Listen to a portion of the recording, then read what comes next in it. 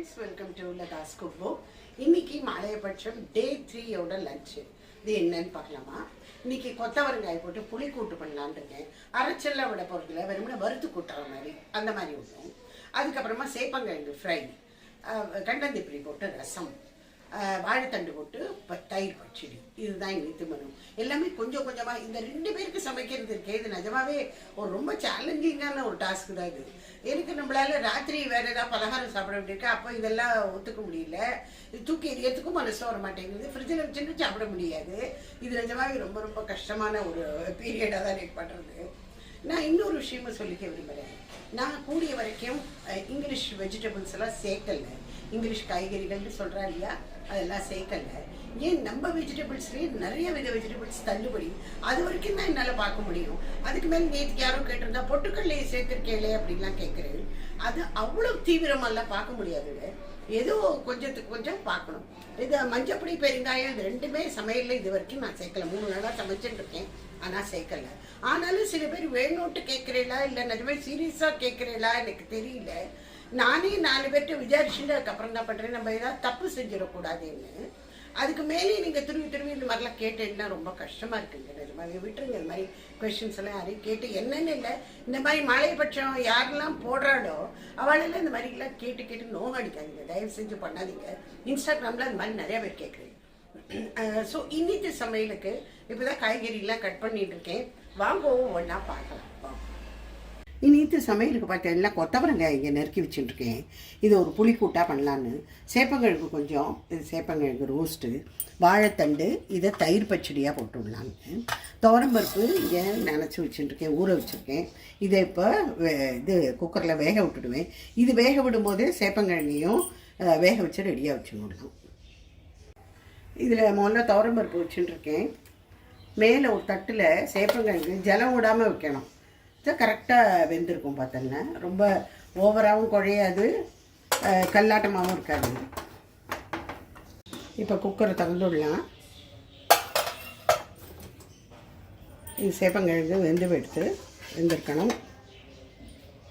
துவரம்பருப்பு கொஞ்சமாக தான் போட்டிருந்தேன். என்ன ஒரு வேளைக்கு தானே இது பண்ணுறதே கொஞ்சம் கஷ்டமாக தான் இருக்குது. கொஞ்சம் கொஞ்சமாக பண்ணுறதும் ஒரு பெரிய டாஸ்க்கு தான் அது. இப்போ இதே குக்கரில் கொஞ்சமாக கீழே ஜலம் வச்சுட்டுருக்கேன். கொத்தவரங்காயை நல்லா வாஷ் பண்ணி வடிகட்டி வச்சுட்டுருக்கேன். இதை குக்கரில் டைரெக்டாக போட்டு விடலாம். உப்பு இது 2 விசிலுக்கு வச்சுடலாம். இப்போ இந்த சேப்பங்கிழங்கெல்லாம் நம்ம உரிச்சு வச்சுடலாம். இந்த சேப்பங்கிழங்கெல்லாம் ரவுண்டாக நறுக்கி வச்சுடலாம். இதில் உப்பு, காரப்பொடி, கொஞ்சமாக அரிசி மாவு எல்லாத்தையுமா போட்டு அப்படியே பெசரினா மாதிரி வச்சுட்டாங்க. எப்போ ஃப்ரை பண்ணுறோமோ ரொம்ப நல்லா ஒத்தையாக ஃப்ரை ஆகும், நல்லா ரோஸ்ட் ஆகும். வாழைத்தண்டு பச்சடிக்காக வாழைத்தண்டெல்லாம் பொடி பொடியாக நறுக்கி வச்சுட்டுருக்கேன். இதை கொஞ்சமாக அப்படி வெந்நீரில் ஒரு 2 மினிட்ஸுக்கு அப்படி இது பண்ணி எடுத்துட்டாலே போதும், உடனே வந்து படுவது. 2 உப்பு போட்டு இதை வேக வைக்கணும். இங்கே புளி நினச்சி வச்சுருக்கேன். இது வந்து கொத்தவரங்காய் புளிக்கூட்டுக்கு கொஞ்சம், ரசத்துக்கு கொஞ்சம். இதை இப்போ நம்ம கரைச்சி வச்சுடலாம். பாதியாக எடுத்துடலாம். இந்த வாழைத்தண்டு வெந்து போயிட்டு இதை வடிகட்டி வச்சுடலாம். இந்த வெந்த கொத்தவரங்காயில் புளி ஜலம் ஊற்றிக்கலாம். முதல்லையே புளியும் போட்டு இது பண்ணியிருந்தோன்னே வெந்திருக்காது. அதனால் புளி எப்போவுமே அப்புறம் தான் போடணும். இது வீட்டிலேயே அரைச்ச சாம்பார் பொடி. இந்த வாழைத்தண்டில் 2 கரண்டி தயிர் விட்டுடலாம். மோராவும் விட்டுக்கலாம், கெட்டி மோரா விட்டுக்கலாம்.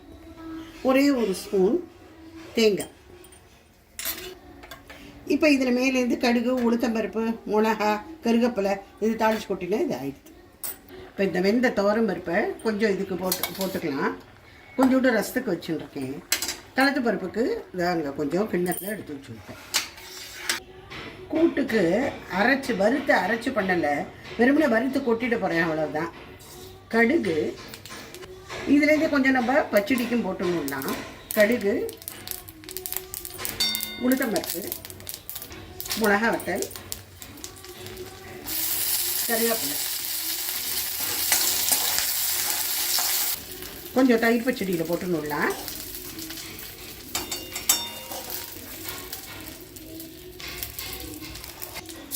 2 ஸ்பூன் 3 ஸ்பூன் நம்ம வந்து தேங்காய் நல்லா வறுத்து அந்த கொத்தவரங்காய் கூட்டில் நம்ம ஆட் பண்ணிடலாம். இதெல்லாம் நான் வறுத்து அரைக்கலாம். நான் சும்மா அப்படியே வறுத்து அப்படியே கொட்டிட்டேன். கடுகு, உளுத்தம்பருப்பு, கருவேப்பிலை, மிளகா வத்தல் அதுலேயும் தனியாக எடுத்து வச்சுருக்கேன். எனக்கு ரொம்ப வருத்தம்னா அது கருகி போய்ட்டுறது இருக்குது, அதை எடுத்து வச்சுருக்கேன் பாருங்க. இப்போ இந்த கூட்டை இதில் ட்ரான்ஸ்ஃபர் பண்ணிவிட்டுருங்க.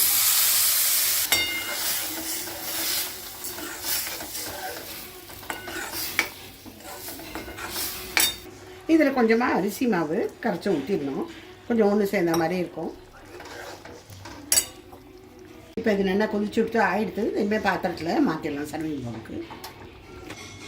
இந்த சேப்பங்கிழங்கில் கொஞ்சமாக அரிசி மாவு 1 டேபிள் ஸ்பூன் பக்கமாக போட்டுனாலே போதும். கொஞ்சமாக சாம்பார் பொடி, கொஞ்சமாக உப்பு, இதை ஒரு பாத்திரத்தில் போட்டுட்டு இதை நல்லா இப்படி பண்ணிவிடுங்க. நல்லா எல்லாத்தையும் போய் கோட்டாயிடும். நல்லா கோட்டாயிடும். ரசம் வந்து கண்டந்திப்பிலி ரசம் வைக்கிறதா இருக்கேன். கண்டந்திப்பிலி உங்கள் எல்லாருக்குமே தெரியும். இது ஒரு நிறைய மெடிசினல் ப்ராப்பர்ட்டிஸ் இருக்குது.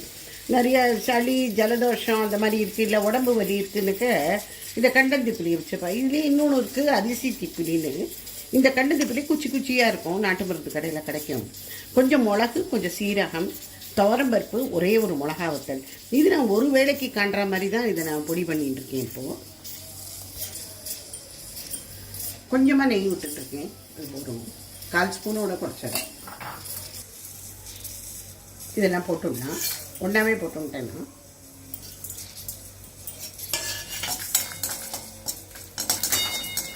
இதை நல்லா வறுத்துடலாம்.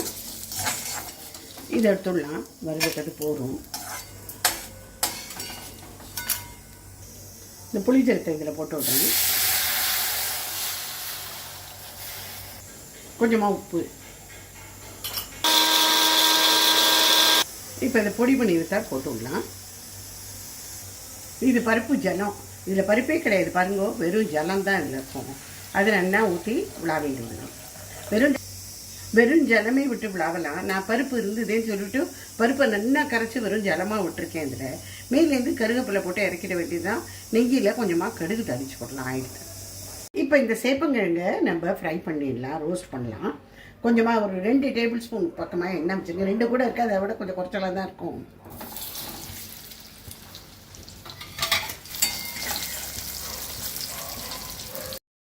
கடலமாக ஃப்ரை ஆகிடுது. இந்த கடுகு, உளுத்தம்பருப்பெல்லாம் தாளித்து கொட்டிட்ட ரெடியாக ரொம்ப சௌரியமாக இருக்கும். அப்போ கூட்டுக்காக தயிர் பச்சடிக்கு எல்லாம் பண்ணினேன் இல்லையா, அதுலேருந்து கொஞ்சம் வச்சுருந்தேன். எல்லாத்தையும் கொஞ்சம் கொஞ்சம் போட்டுன்றோம். ஆகிடுது. ஒவ்வொன்றுத்துக்கும் தனித்தனியாக பண்ணாமல் ஒரேடியாக தாளித்து கொட்டி வச்சுட்டோன்னே எல்லாத்தையும் கலந்து விட்டுறணும். இப்போ பாருங்க, இந்த சேப்பங்கிழங்கு ரோஸ்ட்டு எவ்வளோ நல்லா இருக்குன்னு. ஸோ இன்னைக்கு லஞ்ச் என்ன பண்ணியிருக்கேங்கிறத பார்க்கலாமா? வாழைத்தண்டு பச்சடி, தயிர் பச்சடி, சேப்பங்கிழங்கு ரோஸ்ட்டு, கொத்தவரங்காய் போட்டு புளிக்கூட்டு, சாதம், கலத்த பருப்போட நெய் கொஞ்சம், கண்டந்திப்பிலி ரசம், தயிர். ஸோ இதான் இன்னைக்கு லஞ்சு.